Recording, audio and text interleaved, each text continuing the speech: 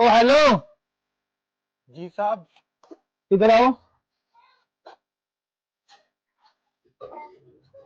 जी साहब। तुमने नमाज पढ़ी है? अरे साहब पढ़ी है ना कल। तो आज? अरे साहब मैं हफ्ते में सिर्फ एक दिन नमाज पढ़ता हूँ, वो भी सिर्फ जुमे की। अच्छा, चल ठीक है, काम कर। ठीक है साहब।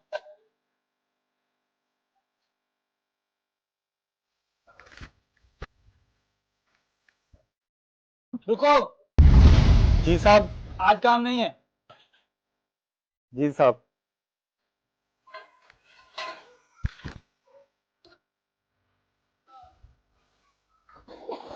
ओ हेलो।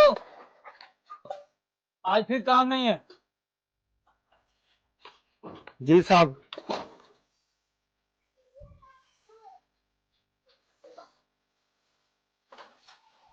रुको। आज फिर काम नहीं है। अरे क्या साहब, हफ्ते में मैंने सिर्फ एक दिन काम किया और एक दिन काम करने से घर का गुजारा नहीं होता। अरे भाई, हफ्ते में एक दिन काम करने से तुम्हारे घर का गुजारा नहीं होता, तो हफ्ते में एक दिन जुमे की नमाज पढ़ने से कल आखिर में कैसे गुजारा करोगे? सिर्फ जुम्मे की नमाज पढ़कर कल खुदा को क्या मुंह दिखाओगे। हमारे इस मैसेज को सदका जारिया समझकर शेयर लाजमी करें।